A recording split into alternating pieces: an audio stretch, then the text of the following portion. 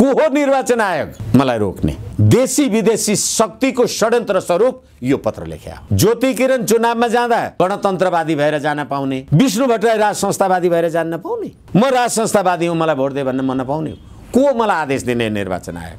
को हो तपाईँ मलाई मेरो विधानबाट संवैधानिक राज संस्था हटा भन्ने? मेरो विचार होइन त्यो। तिमी मलाई मेरो विचारबाट हटाउने यो संविधानको धारा 269 यो निर्वाचन आयोगले पढोस्। म त्यतिखेर सत्तामा बसेर बनेको संविधान हो, मलाई सिकाउने निर्वाचन आयोग? यो कुलङ्गारहरू को हो? मैले त्यो गाईको सम्मान गर्न पाउँदिनँ भन्ने, गाई काट्न पाउनुपर्छ भन्नेहरूलाई बल पुर्याउनका लागि लेखेको निर्वाचन आयोगले यो चिठी? गणतन्त्र कुन खाडलमा कहिले डुब्ने हो ठेगान छैन। अहिले हेर्नु भएन प्रेमालेको कुरा? धर्म र संस्कृति समाप्त गर्नेलाई एक इन्च छोड्दिन भन्छ त्यो प्रेमाले भन्ने मानिस। अनि धर्मनिरपेक्षको संविधानको मन्त्री जसले तपाईलाई नेता माने होला, त्यसले तपाईलाई बैरी मानेर सडकमा घिसार्न पनि सक्छ। ठेगान छैन को कहाँ पुगिन्छ। त्यतिखेर वैधानिक भएको राष्ट्रिय प्रजातन्त्र पार्टी अहिले त्यो चुनाव चिन्ह हटा भन्ने को? यो जस्तो निरङ्कुश निर्वाचन आयोगको पत्र अर्को हुन सक्दैन। मेरो संवैधानिक राज संस्थाको विचारलाई प्रतिबन्ध लगाउने तिमी को? हामी सडकमा कुटाई खाएर मत माग्ने,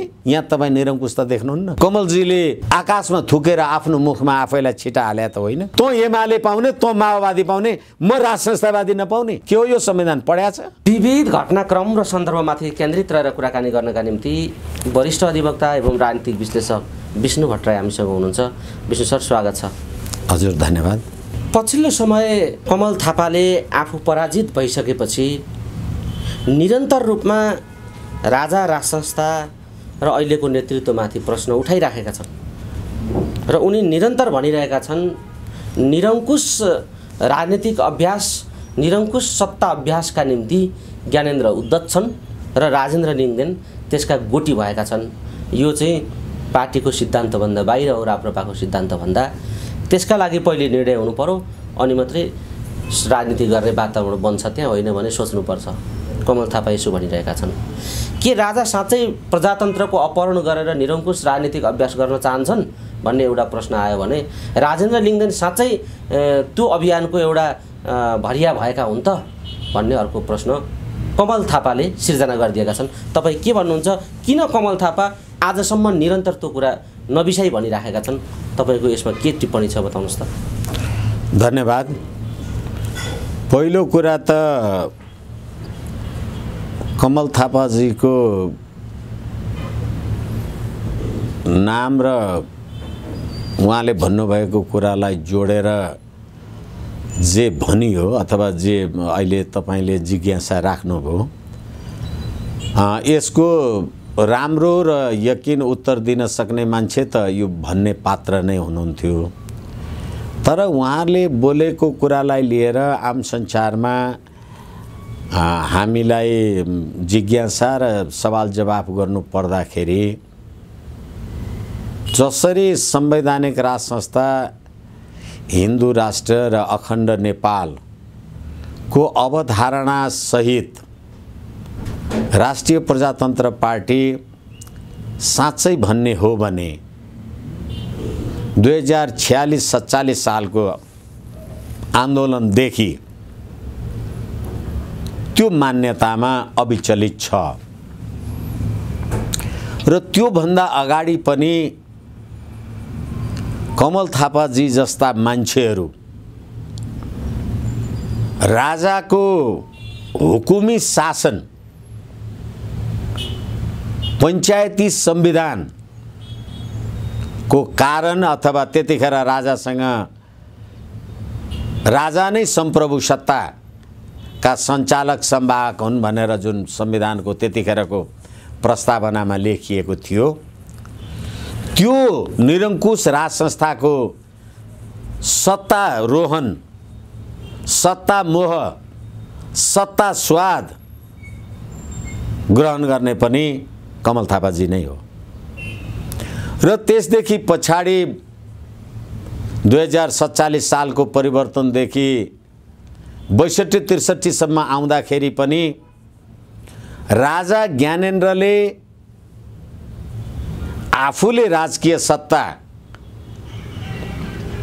शेरबहादुर देउवाले निर्वाचन गराउन नसकेपछि राजा ज्ञानेन्द्रले राज्य सत्ता आफ्नो हातमा लिँदा त्यतिखेर राजा ज्ञानेन्द्रको शासन सत्तामा पनि कमल थापाजी नै हुनुहुन्थ्यो। अहिले उहाँले जे कुरा भन्नुभयो यो पृष्ठभूमिलाई लिएर हेर्दा उहाँको आफ्नै चरित्र निरङ्कुशतालाई पृष्ठपोषक गर्ने र त्यसैको आधारमा आफू गडगडी गर्ने भन्ने कुरा चाहिँ देखिँदैन। त्यसको पछिल्लो प्रमाण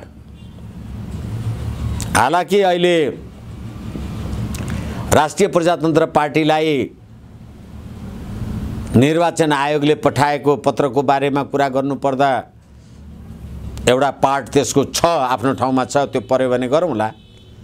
तर के हो भने पछिल्लो पटक राष्ट्रिय प्रजातन्त्र पार्टी नेपालले संविधान सभामा 24-24वटा सिट प्राप्त गर्दा आफूलाई कुन निरङ्कुश कोटीमा कमल थापाजीले उभ्याउनु भयो र मन लागि मन्त्रीको पजनी र करोडौं टिबडेवाला रबडेवाला मान्छेहरूसँग लिनु दिनु गरेर हामी सडकमा कुटाई खाएर मत माग्ने अनि त्यो मतलाई समानुपातिक मतलाई रबडेवाला टिबडेवाला मान्छेहरूसँग सौदा गर्ने काम गर्ने मान्छे को? त्यसकारणले राज संस्थाको कारणले संवैधानिक राज संस्था हिन्दू राष्ट्र अखण्ड हिन्दू राष्ट्र नेपालको मान्यता बोक्ने एउटा व्यक्तित्वको कारणले कमलजीलाई नेपाली जनताले नेपालको राजनीतिको सर्वोत्कृष्ट नेतृत्व हैसियतमा पुर्याए। आफैले गरेको त्यो निरङ्कुश प्रवृत्ति भाइ बुहारी ज्वाइँ जेठान अनि दाना पानी पारीका माल वारीका माल पारी गर्ने वीरगञ्ज रक्सौलवाला कुरालाई हामीले ल्याएको मतमा गडगडी गर्ने त्यो कुराको बारेमा कमलजी आफू पश्चाताप नगरेर हिजो त्यही राजाले तपाईलाई जुन चाहे त्यो राजा संवैधानिक होस् चाहे त्यो राजा नेपालको संविधान 2019 अन्तर्गतको संप्रभु सत्ता सम्पन्न होस्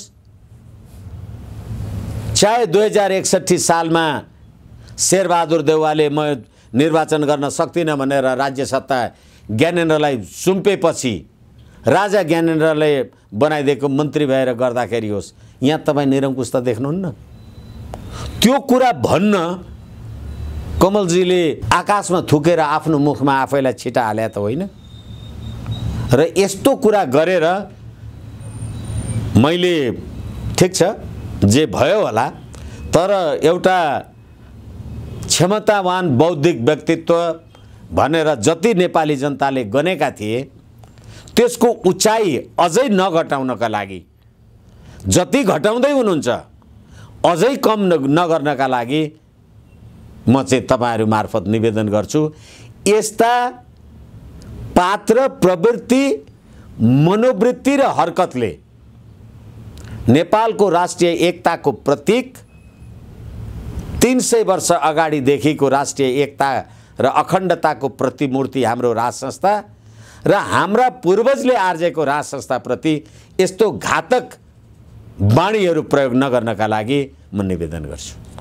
यो एउटा खालको प्रवृत्तिको कुरा हो, तर पात्रता प्रवृत्ति र यी हरकतहरू जो भए भनेर तपाईले टिप्पणी गर्नुभयो तीखो रूपमा, यो पात्रता प्रवृत्ति र हरकत भन्दा भिन्न के हो? राजेन्द्र लिङ्गदेन र मानिसहरूले राजेन्द्रमा उत्साह देखे राप्रपाका कार्यकर्ताहरूले यो के कारणले होला? तपाईलाई के लाग्छ? कमल थापा र राजेन्द्र लिङ्गदेनमा के चाहिँ भिन्नता छ? के फरक छ आन्दोलनमा? के फरक छ नेतृत्वमा? के फरक छ दृष्टिकोणमा? र किन उत्साह छ राजेन्द्रप्रति राप्रपाका कार्यकर्ताहरूमा? यो यसको बताइदिनु न। तपाईको प्रश्नमा नै उत्तर स्वाभाविक छ। अघिल्लो जिज्ञासामा कमल थापाजीको नाम लिएर जे जिज्ञासा प्रारम्भ गर्नुभयो त्यो अहिले उहाँमा देखिएको प्रवृत्ति अहिले राप्रपाको निर्वाचित नयाँ नेतृत्वमा छैन भन्ने विश्वास नै त्यो नेतृत्वको परिवर्तन हो। निर्मल निवासले निर्वाचनमा पराजित गर्यो भन्ने र अहिले राजा निरङ्कुश हुन खोजिराखेका छ, कोनी के गर्न खोजिराखेका छ भनेपछि निर्मल निवासकै सही संवैधानिक राज संस्थाधारी पक्षहरूले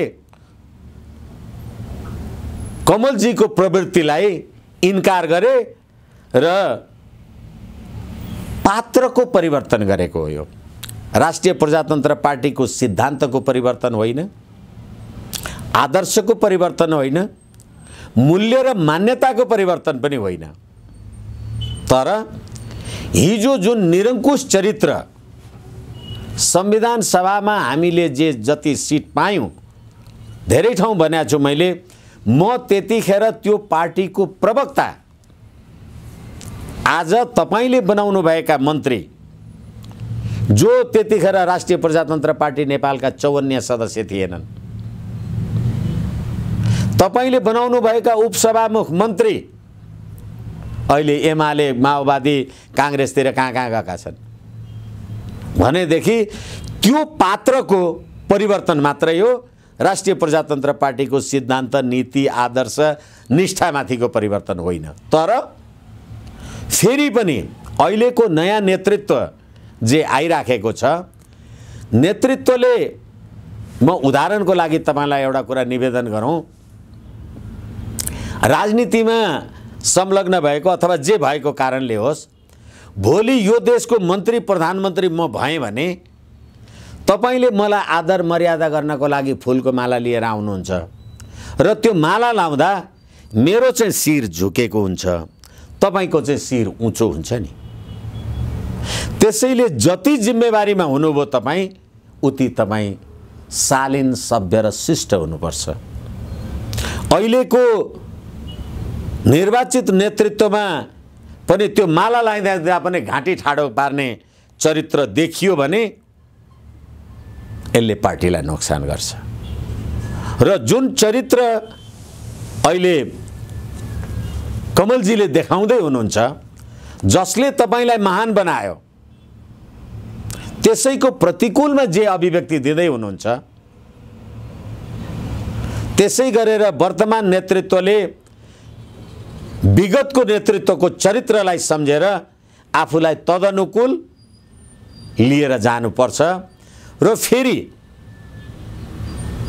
अहिले गणतन्त्रको कार्यान्वयन गरौँ भनेर 2063 जेठ 15 गते मध्यरातमा राज संस्थामा निधाएका मान्छेहरू बिउजिँदा गणतन्त्रमा उठेका थिए।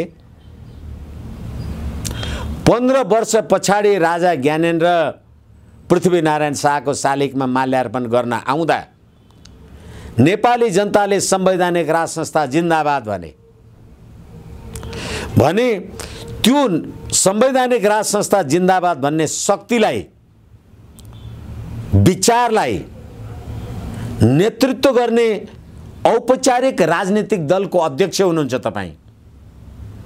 तपाईमा शालीनता, शिष्टता, सौम्यता र हार्दिकता भएन भने तपाईलाई जसले मत दियो होला, जसले तपाईलाई नेता माने होला, त्यसले तपाईलाई बैरी मानेर सडकमा घिसार्न पनि सक्छ। यसकारण राजनीति भनेको अत्यन्त कटु, कठोर र निर्दयी पनि हुन्छ। राजा ज्ञानेन्द्रले बनाएको अख्तियार दुरुपयोग अनुसन्धान आयोगको त्यतिखेरको प्रमुख लोकमान सिंह कार्की गणतन्त्र आउँदाखेरि पुष्पकमल दाहाल र गिरिजाप्रसाद कोइरालाको पात्र भएर राजालाई छोडेर हिँड्या। यसै कारणले गर्दाखेरि पात्र चिनिएन भने, मैले धेरैचोटि भनेको छु, 30 वर्षको पञ्चायत कालमा राजाले मन्त्री, प्रधानमन्त्री, राष्ट्रिय पञ्चायतका अध्यक्ष, त्यसदेखि पछाडि पनि मनोनित गरेका पटक पटक मन्त्री भएका मान्छेहरू अहिले पनि आलिशान महलमा बस्छन्, तर देशमा राजतन्त्रको अन्त्य भयो भनेर संविधान सभाले प्रस्ताव पास गर्दा राज संस्था चाहिन्छ भनेर एक पाइला घरको सडकबाट बाहिर निस्किँदैनन्, बरु अरू काङ्ग्रेस, माओवादी र एमालेको पार्टी भर्ना हुन जान्छन्। कस्ता प्रवृत्तिलाई राज संस्थाले बोकेर हिँडेको रहेछ। अहिले त्यसको पछिल्लो उदाहरण हाम्रो कमलजी देखिँदै हुनुहुन्छ र यसबाट वर्तमान नेतृत्वले पाठ सिकेन भने ठेगान छैन को कहाँ पुगिन्छ। यो एउटा कुरा भयो, तर फरक पनि पाउनुहुन्छ कार्यक्रममा, उहाँका कार्यशैलीमा, उहाँका भूमिकाहरूमा तपाईँ केही फरक पाउनु भएको छ अहिले? फरक भन्दा पनि मैले त केही कार्यक्रमै भएको देखा पनि छैन। मलाई कुनै पार्टीको कार्यक्रममा केही थाहा जानकारी सम्मिलित हुने समय, परिस्थिति, खबर आदि इत्यादि केही छैन। तर म बाहिरबाट जे सुन्छु र उहाँहरूले जे गरिराख्नु भएको छ, निकै हदमा राष्ट्रिय प्रजातन्त्र पार्टीको महाधिवेशनमा जुन आकांक्षा र हौसलाका साथ देशभित्र मात्र होइन देश बाहिरका पनि साथीहरूको जे सद्भाव, शुभेच्छा र शुभकामना थियो, त्यसलाई व्यवस्थित गर्नलाई, सम्बोधन गर्नलाई वर्तमान नेतृत्वले आफ्नो कौशल प्रदर्शन गर्न नसकेको हो कि अथवा बाहिर बसेका मान्छेहरूले नबुझेको हो कि, यसै हो त म भन्न सक्दिनँ। तर कुनै त्यस्तो प्रभावकारी गतिविधि चाहिँ मैले अहिले नदेखेको हुँदाखेरि म यसमा अनुकूल र प्रतिकूल दुईटै टिप्पणी गर्न चाहन्न। यो एउटा प्रसङ्गको कुरा भयो। अहिले ज्वलन्त कमल थापाजीले फेरि पनि उठाइराखेको विषय भएको हुनाले मैले तपाईँसँग यो जिज्ञासा राखेँ।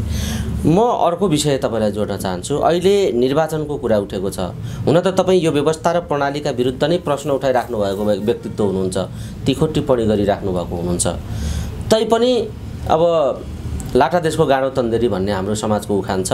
हाम्रो देश अनुसारको हामीले ल्याएको चिज त यही हो र यही संविधानले अहिलेसम्म धानिराखेको छ, चलिराखेको छ र यही संविधान अनुरूप निर्वाचन गर्नुपर्छ भन्ने कुरा पनि राजनीतिक दाउपेच, षड्यन्त्र र छलछामको विषय बनेको छ भनेर अहिले सुरु भएको छ, चर्चा सुरु भएको छ।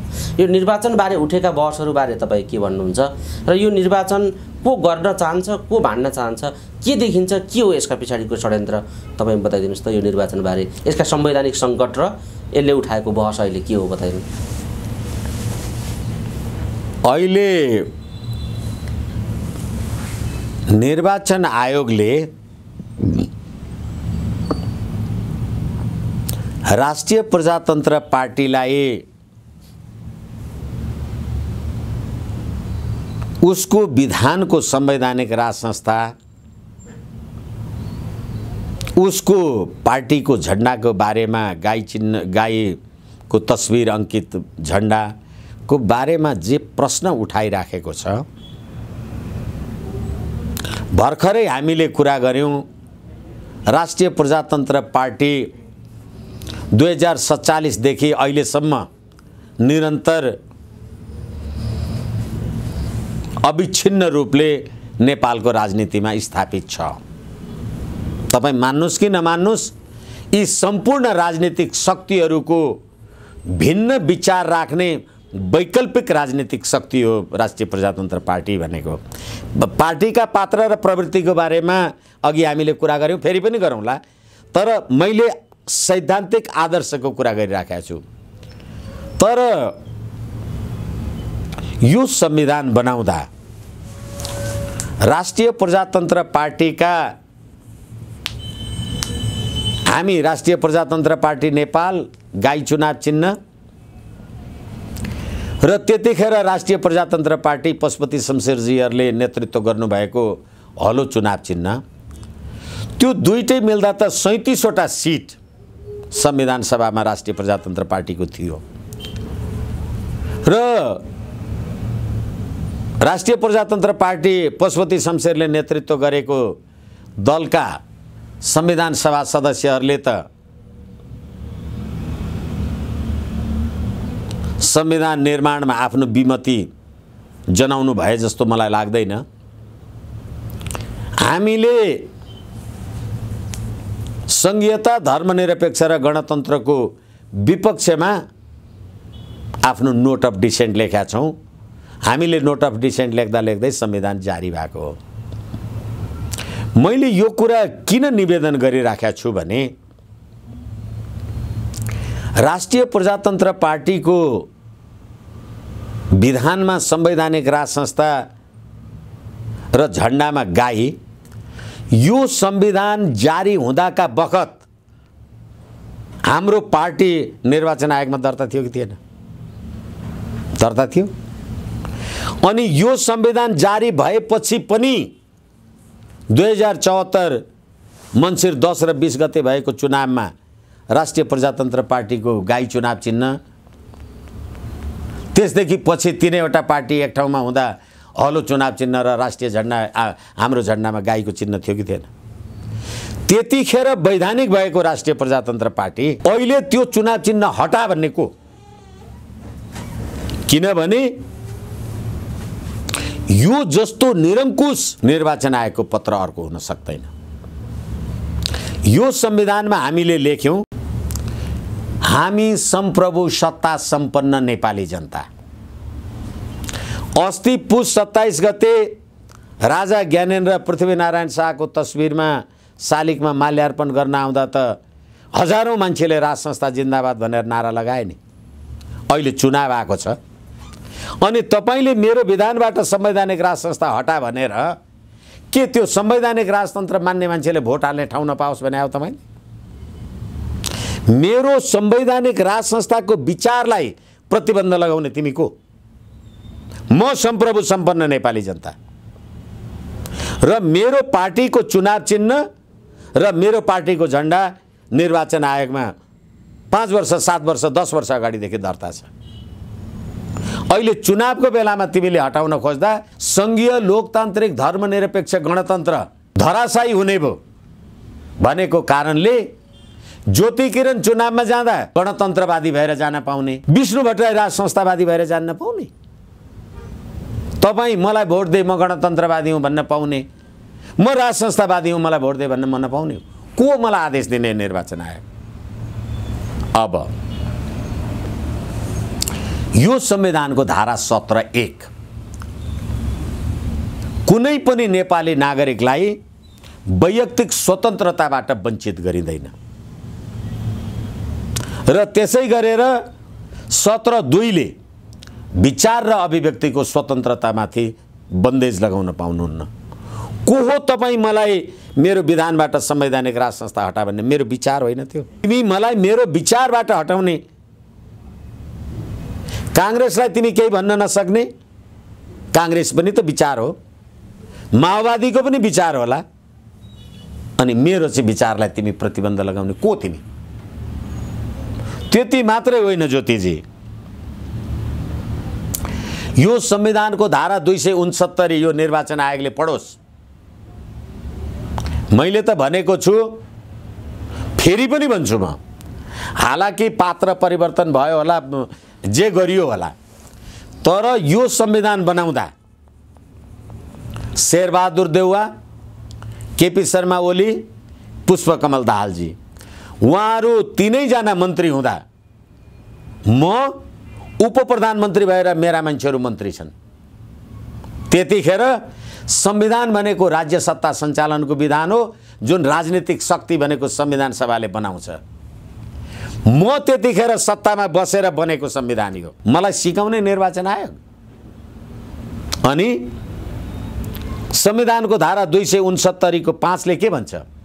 दलको नाम, उद्देश्य, चिन्ह वा झण्डा देशको धार्मिक वा सांप्रदायिक एकतामा खलल पार्ने, देशलाई विखण्डित गर्ने प्रकृतिको रहेछ भने त्यस्तो राजनीतिक दल दर्ता हुने छैन। मैले संवैधानिक राज संस्था भने देश विखण्डन भयो कि राज संस्थाले त देश बनाएको थियो? चुनौतीका साथ भन्दैछु म।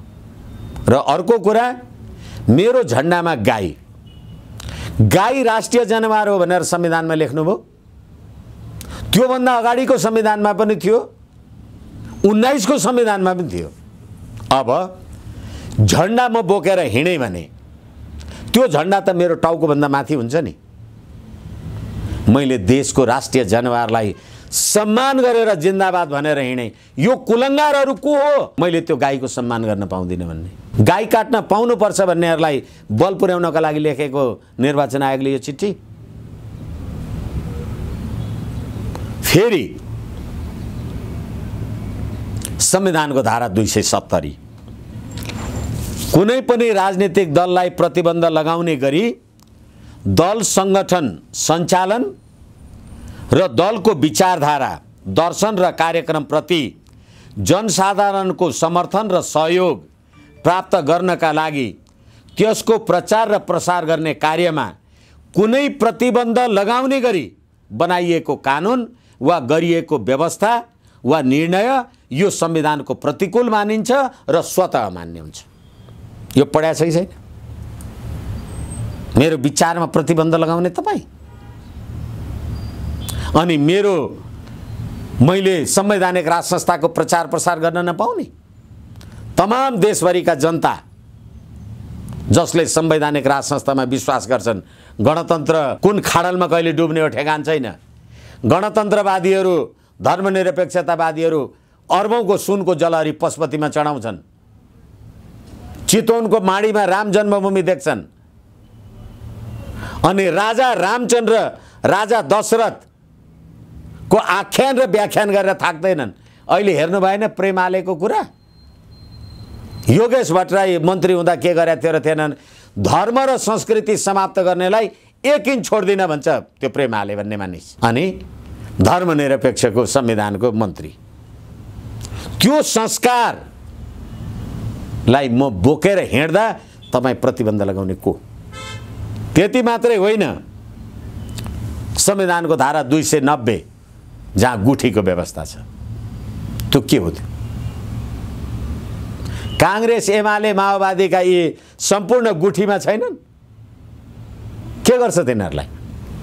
त्यति मात्रै होइन, संविधानको धारा 270 को उपधारा 2 कुनै एउटै राजनीतिक दल वा एकै किसिमको राजनीतिक विचारधारा, दर्शन वा कार्यक्रम भएका व्यक्तिहरूले मात्र निर्वाचन, देशको राजनीतिक प्रणाली वा राज्य व्यवस्था सञ्चालनमा भाग लिन पाउने वा सम्मिलित हुन गरी पाउने गरी बनाइएको कानुन स्वतः निष्क्रिय हुन्छ।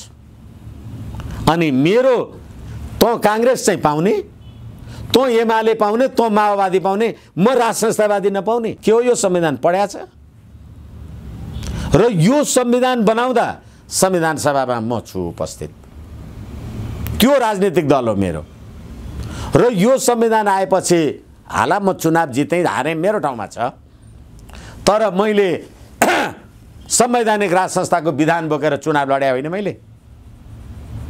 अहिले कहिलेको निर्णय अरे निर्वाचन आएको भने 2077 असोज भदौको कहिलेको निर्णयले भने, अनि देशमा गणतन्त्र कहिले आयो रे? 2063 जेठ 4 गतेदेखि। अनि त्यतिखेरदेखि म गाई हलो चुनाव चिन्ह लिएर निर्वाचनमा जाँदाखेरि चाहिँ त्यतिखेर कहाँ गएको थियो निर्वाचन आयोग? यो संविधान कहाँ थियो? अर्को कुरा म तपाईँलाई निवेदन गरौँ, अहिले मङ्सिर 10 गते नेकपा माओवादी नेकपा एमालेको महाधिवेशन भयो। राष्ट्रिय प्रजातन्त्र पार्टीको अध्यक्षले गएर सम्बोधन गर्यो। राष्ट्रिय प्रजातन्त्र पार्टीकै सम्मेलन भयो, कांग्रेस, एमाले, माओवादी सबै आएर त्यसमा शुभकामना दिए।